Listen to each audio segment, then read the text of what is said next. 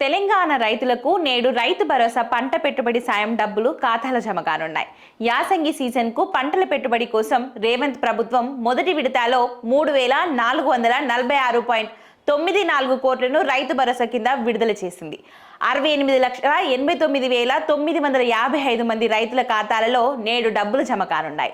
సిద్దిపేట జిల్లా నర్మెట్టలో జరిగిన సభలో ఆదివారం మార్చి 22న సీఎం రేవంత్ రెడ్డి బటన్ నొక్కి నిధులు విడుదల చేయగా ఆదివారం సెలవు దినం కావడంతో నేడు ఈ నిధులు రైతుల ఖాతాల జమ కానున్నాయి. తొలి విడతలో ఎకరం వరకు భూమి ఉన్న రైతులను పరిగణలోకి తీసుకొని 57,44,907.19 ఎకరాలకు ఈ సాయం విడుదల చేస్తున్నట్లు ప్రభుత్వం వెల్లడించింది.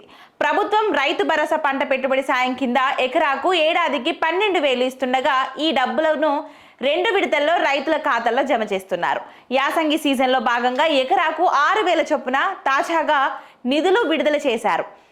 ఈ నిధులలో అత్యధికంగా నల్గొండ జిల్లాలో 5,22,313 మంది రైతులకు 268.57 కోట్లు విడుదలైనట్లు అధికారులు తెలిపారు. అత్యల్పంగా మేడ్చల్ జిల్లాలో 24,935 మంది రైతులకు 10.43 కోట్లు రైతుల ఖాతాలో జమ కానున్నాయి.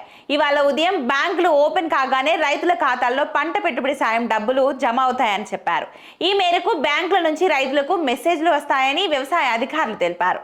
ఎకరం వరకు భూమి ఉండి నిధులు జమ కాని వారు సంబంధిత వ్యవసాయ అధికారిని సంప్రదించాలని అధికారులు సూచించారు.